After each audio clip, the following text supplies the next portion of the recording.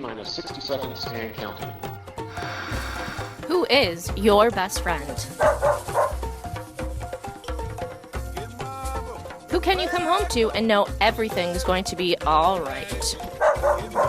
Who is the one that will always follow you no matter where you might end up? That's right. It's your animal. It's your best friend, your closest companion, your partner till the end.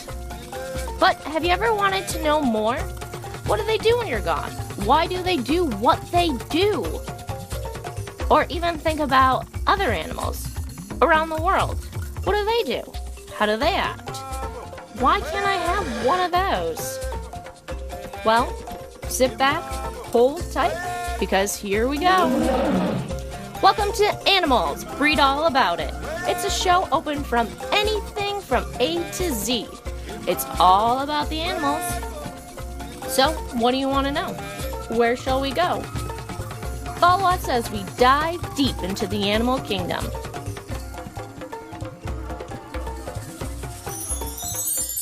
Hello everyone, and welcome to Animalz Read All About It. I'm your host Jim Hall, leading you on the journey through this wild animal kingdom that lives right outside your very own backyard. Today I have a couple of co-hosts joining us. This is Nana. She is a 15-year-old hound who just loves to play in the sun and play with her two brothers, Saul and Holiday. She also has 3 cats, Edward, Baron, and Max, and 1 goldfish named Martin. She was adopted by our director, Meg Jacobs, about 2 years ago. Here we have Harley. Harley is about 7.5 years old. She has 2 brothers, 1 sister, both all 3 are cats. Harley's been a great addition to our family, and we absolutely love her.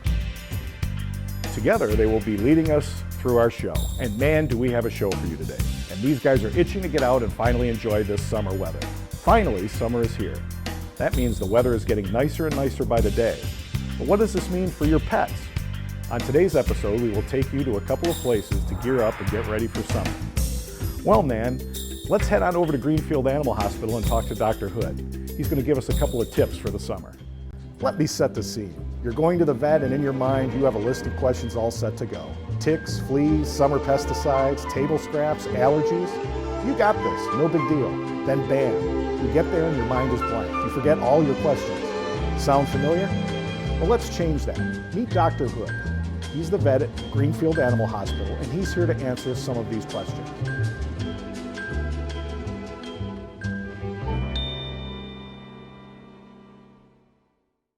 Jumping right into it with the springtime, I know that a lot of people start a flea and tick treatment. And that comes in a whole lot of varieties. I see that you can get a topical, you can get pills, you can get a liquid that you put on the dog, and I see wide ranges in prices. Can you talk about what is the best flea protection and how often we should be administering flea protection? Yeah, I think the best options are several products that we have that really, quite honestly, should be purchased at the veterinary office. There's people who are trained professionals who know these products, know what's going to be best for an individual dog, and we have a much bigger safety margin in those products than we do a lot of the over-the-counter things. And most of those products have a guarantee along with them that the manufacturer will stand behind if they're purchased through a veterinarian. The problem with a lot of the over-the-counter medications, especially the inexpensive ones, is that they have older chemicals in them that are not anywhere near as safe as our newer products that we have right now. They can be effective, but we do have a safety margin there that is nowhere near what we can get with the prescription products we sell in the clinic. You can switch from month to month the different products. If you have them available, there's nothing wrong with that at all. We're not going to have any bad interaction with the medications. And theoretically, if you're administering that at the appropriate routine, a month later, whatever medication was given the month before should be out of their system, and administering a new medication is perfectly safe and okay to do. Excellent. Doctor, I know that this time of year, both we can have horrible allergies and our dogs can also be allergic to something. And when you're treating a dog's allergies, it's different than how we treat ours. So can you talk a bit about what we do when our dog seems to be allergic or having an allergic reaction, scratching, what we should be doing? I think the big thing for people to understand in terms of allergies in dogs is that they manifest their allergies differently than people do. We get inflammation in our respiratory system, like runny, itchy eyes, some sneezing, things along those lines. Dogs get inflammation in their skin, and they're itchy. So anytime you see your dog biting, chewing, and scratching at themselves, it is probably them manifesting their allergies. So we have a lot of things that we can do over the counter that are very safe for dogs. I would put that in the context of if you know your dog has allergies, have a discussion with your veterinarian before you're seeing a lot of symptoms to get some advice for that individual dog of what would be safe for you to do at home. In a lot of instances, the antihistamines like Benadryl can be a safe thing that you could administer just at home, things you can get over the counter at the pharmacy. But there might be some individual dogs that have other health issues and concerns that might not be a safe thing to do. So have that discussion up front so that you have that available, and if your dog is starting to have some allergy problems, that you can address it at home if that's going to be helpful. But you should really check with them first before you just decide to administer something. Okay, keeping with the spring, summer theme and protecting our animals through this time of year, when I was walking my dog the other day, it kind of sprung to me that I saw people putting weed and feed down and Grub-X and different things as I'm walking the dog. Do we need to be taking precautions for our dog's paws, for what? Don't let them eat the grass? What are your recommendations about this time of year? I really haven't thought about it before, but I'm seeing so much active stuff. Let me spray the weeds. Let's do this. Let's do that. What kind of precautions should we be taking as dog owners to protect our animals this time of year? Yeah, I mean, in particular, the insecticides on the lawn and fertilizer and things like that, in a large enough dosage, could potentially cause some toxic effects. The minimal amount that they would get exposed to walking, getting some on their paws and maybe licking that off or absorbing a little bit through their skin is such a small dose of those things. We're just very, very rarely, if ever, going to see any toxic problems or side effects associated with that. With that said, we should use some just normal common sense under these circumstances, right? Just you walked around and you walked down the street and there was some fertilizer on 3 of the lawns you passed by, and you get home from your walk, just take a washcloth, get it wet, wipe off their paws so they're minimizing the exposure. If you're having that same stuff in your yard, follow the recommendations given by the people who administered it on the bag, right? In most instances, it's administered. Once it's a liquid and it's dry, it's probably completely safe. If it's some type of granular stuff, usually once it's watered in and it dissolves down in the lawn, it's usually very, very safe. So just follow those directions. Just like I said, a little bit of common sense there, I think, goes a long way. When we're outside this summer, we're going to be doing a lot of grilling. I'm going to be cooking steak, chicken, sausages, all kinds of stuff. Is it okay to give the dog a little snack and give him a piece of chicken, give her a piece of sausage and things like that, or do you prefer you don't do that? Well, sure. From a nutritional standpoint, there's nothing wrong with having a little piece of steak, a little piece of hamburger, a piece of chicken. All those protein sources are perfectly healthy, reasonable things. What we want to do is make sure that there's 2 things that we're avoiding, especially with the grilling. One is going to be, again, just giving them extra calories that they don't need. If you do that, maybe only feed them half their dinner that day, so they got a little special treat, but you know what, we're not overfeeding them and giving them too many calories and getting them to gain weight. The other thing that we have to be very, very careful and cautious about is bones.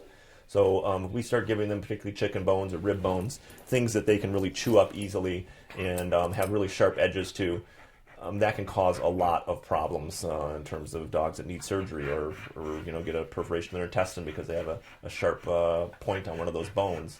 And that can be a very, very dangerous situation. So the bones should be absolutely avoided 100%.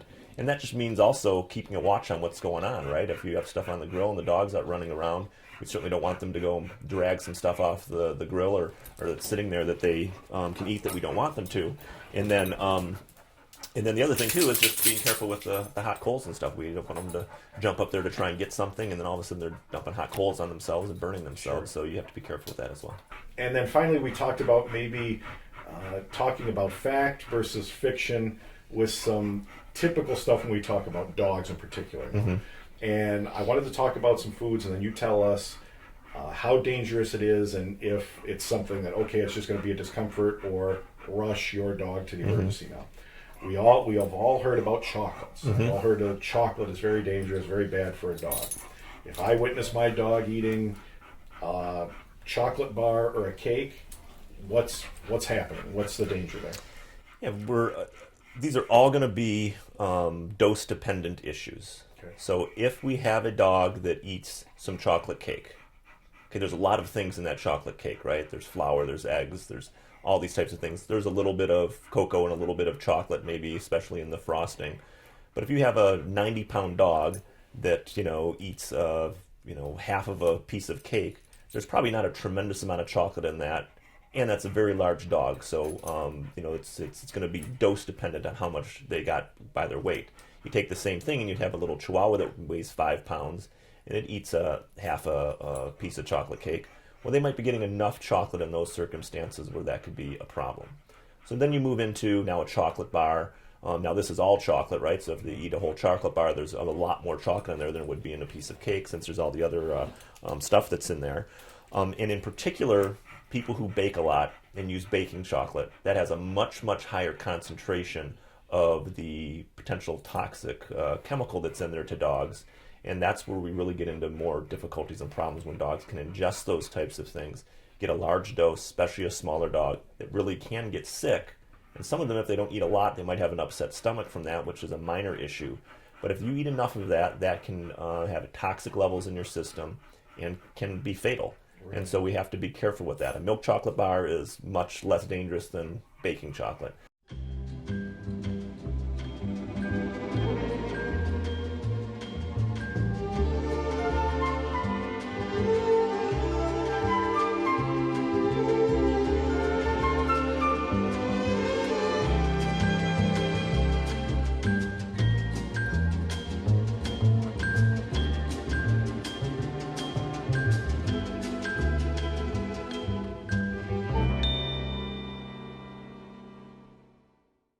Anytime we're talking about these toxin ingestions, we want to minimize the amount that gets absorbed and they get exposed to.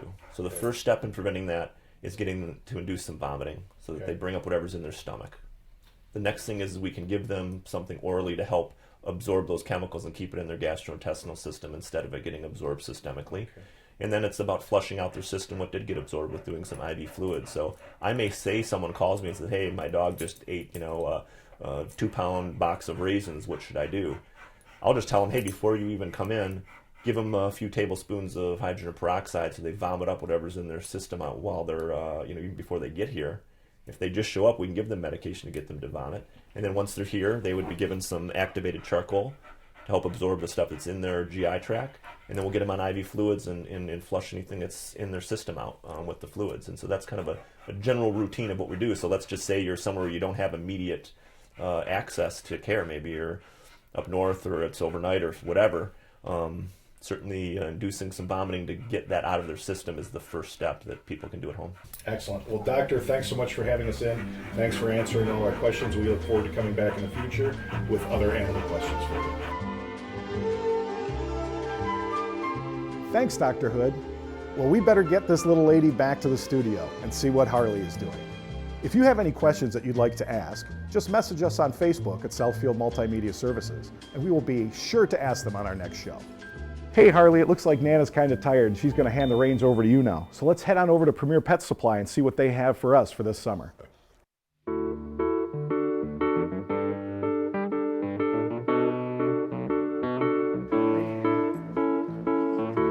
Get in there, Harley. I know this is your favorite store. I know. Let's go. There's treats down here. There's toy. Oh, those are cat treats. Even better, huh?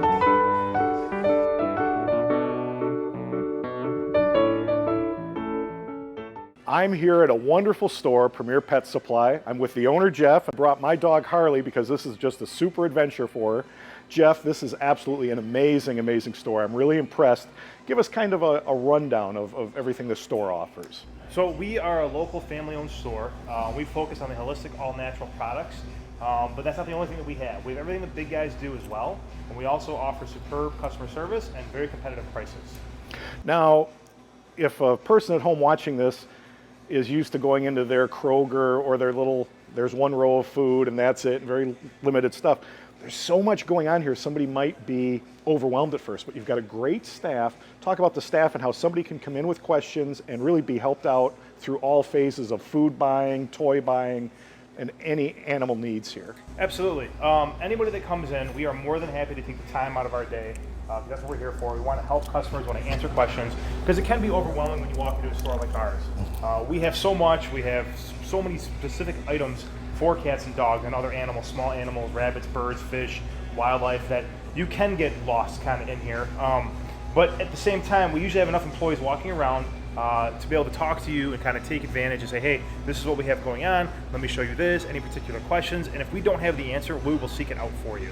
Okay, fantastic. Now, one of the things I love about this store is that you allow me to bring in my dog. You allow customers to bring in their dogs. Talk about that friendly service there. Yeah, so dogs and other animals are obviously our #1 customer. So I really enjoy when dogs come in, and cats. I've seen a couple cats on leashes and a ferret and a bunny.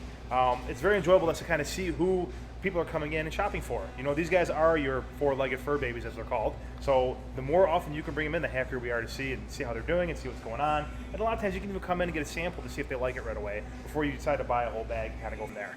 Okay, so we're into summer playtime right now. The dogs love to go outside, love to go to the parks and play and run. What kind of special summer toys are there here for dogs? So we have a lot of toys that are good to take on the lake or in a pool. We have toys that float. We have toys that have very bright and brilliant colors, so that if you're playing outside in a field or in a pool, they won't get easily lost. And that's what I like about our guys here and our toys. I notice you've got a lot of high quality. They're from a regular old tennis ball to some really hard fiber stuff that a dog's not going to chew through. Can you talk about that? So I like the Orbeez by Planet Dog, and these guys they're called TPR. It's thermoplastic rubber. So what happens is when a dog goes to bite on it, it'll absorb it a little bit longer. And people laugh at me. They're like, "Oh, no way, my dog's going to destroy this." But as they get home and take it and try it, the dog will kind of bite down on it, and they can't actually get their teeth in there to tear chunks out like they can some of the other toys. Oh, Harley says she'd like to make that a... Yeah. And what's nice is these guys do have a guarantee on it, so it's almost like you get 2 toys in one. We'll get you that the next time, Harley. So for cats, the Neko Flies are these toys over here. So these guys have been a little more popular. Wow, okay. So what's cool about them is they go on a wand. The wand is over here. And when they attach, and a lot of times with cats, when you're playing with the wand, they really like it a whole lot. And these guys have so many different attachments that look like so many different items that cats really like them, and it kind of keeps them going. And the Dragonfly has definitely been the most popular. Earlier when you first described the store, you talked about having a lot of organic foods and that seems to be a big trend to me for everything from cats, dogs, birds. Everybody wants a healthier brand of dry food, wet food, and I even see food now that you have stored in a refrigerator. Can you talk about the different types of specialty foods offered here for all the animals? Yeah, so the higher end stuff that we offer and some of the better foods are the frozen raw. And raw is actually the best way to feed your cat or dog because there's been no heat applied to it, so there's been no processing in the food at all. So we have frozen raw and we have freeze-dried raw, and those are probably going to be the 2 best ways you can feed your cat or dog. And we also have refrigerated foods, which have been cooked slightly, but there is refrigerated raw as well that without opening it, it's still good in the refrigerator for like a week once you open it, I should say. So I do like those, and that is kind of where the trend is leading towards. Because everybody wants to live a healthier, more active lifestyle, so they want the best for their cats and dogs, and that's kind of where everything is going towards. And I truly believe it's the best way and the most effective way to feed your cat or dog, and for them having the longevity for them, that you're looking for. Yeah, so we currently have 3 stores in the Metro Detroit area. Original source in Beverly Hills. Our second location is here in Rochester Hills, and we also have a store in Novi at Grand River and Beck. So between the 3 stores, we do send out a monthly email. You can always reach us at premierpetsupply.com, and you can kind of check out our monthly sale flyer and any kind of events that we have going on. We work hand in hand with local rescue and adoption groups. We also work with Michigan Humane Society, and we work with Leader Dogs for the Blind. So there's a bunch of different groups that we try to associate ourselves with and kind of work with and help, because a lot of times all these groups are nonprofit, or majority of them are. So anything we can do to help out, is what we want to do, and it's what we're here for. It's not just for profit, so to speak. It's because it's the right thing to do, and it's what we want to do. We want to help out because there's a lot of people who are working with these different organizations, and all the money they put out for their dogs, especially for somebody like Leader Dogs, it all comes out of pocket. So if we can kind of help them out and do something for them, we're more than happy to. Okay, fantastic. Now, my dog's really behaving right now. Harley's being a real champ. Right now, it's beautiful outside. She knows we're going to go outside and play in a little bit. We're going to buy some toys here and go play with them and test some of these things out. But what kind of stuff do you have when it's a rainy day, when it's a nasty day, or it's too hot for the dogs to be outside? What kind of toys do you recommend for indoor use? So again, kind of with the Kong I had mentioned earlier, any toy that you can kind of put something in and kind of freeze will usually be a little bit better for an indoor use. So Kong is one, Planet Dog is one. where they have a little opening at the bottom. You can almost fill it with like all natural peanut butter that we sell here, or like non-fat Greek yogurt. Throw it in the freezer and you can bring it out. So it's nice, still a nice cool treat on a hot muggy day, but they can't get outside, but they can eat it inside the house. Okay, fantastic. And then now that's a real good kind of tip for us. Do you have any other tips for this time of year for anything, for dog or cat care that maybe people at home haven't thought of? Yeah, just make sure you have plenty of water for your dogs. You don't want them to overheat. And with cats, they don't necessarily drink enough water, so you want to make sure you get a lot of water in their diet through canned food. Or if you're doing like a freeze dried, like I mentioned earlier, you can add water to that, and that's how the cat will get most of that moisture in their diet. So they tend not to be able to drink enough. So that's what I would recommend. Just make sure you have enough water. Make sure if you're going to be in the car with them, the windows are down, the AC is blasting, because they tend to overheat, and dogs don't sweat like us, they tend to pant. So if you ever see a dog panting or laying down on the ground, it's how they kind of cool off. So it's very important. Harley's, you have such a great store that Harley's comfortable like she is at home. She just said she'll lay down.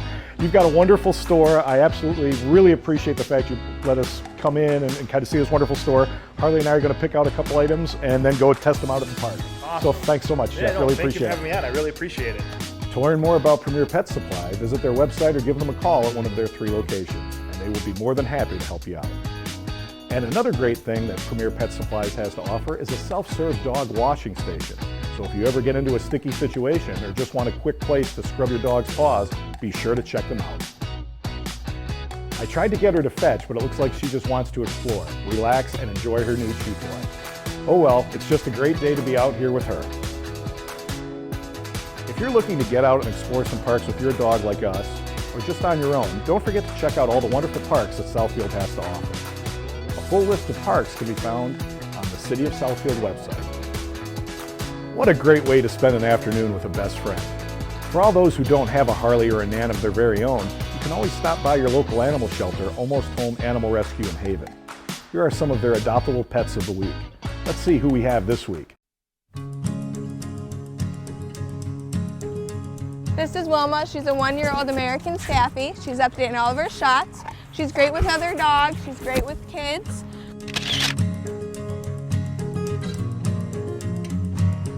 This is James. He's a 1-year-old Shepherd mix.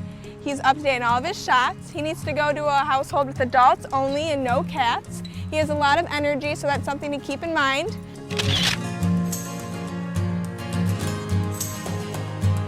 This is Blanche. She's a 2-year-old chocolate lab dachshund mix. She's up to date in all of her shots, and she is fixed. She's great with other dogs, and she would be great in a household with older children.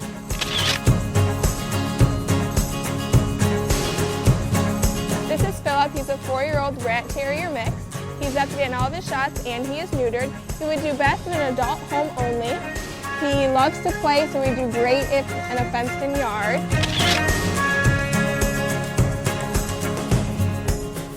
For more information on Philip or any other animals here at Almost Home, please visit our website and give us a call. Thanks.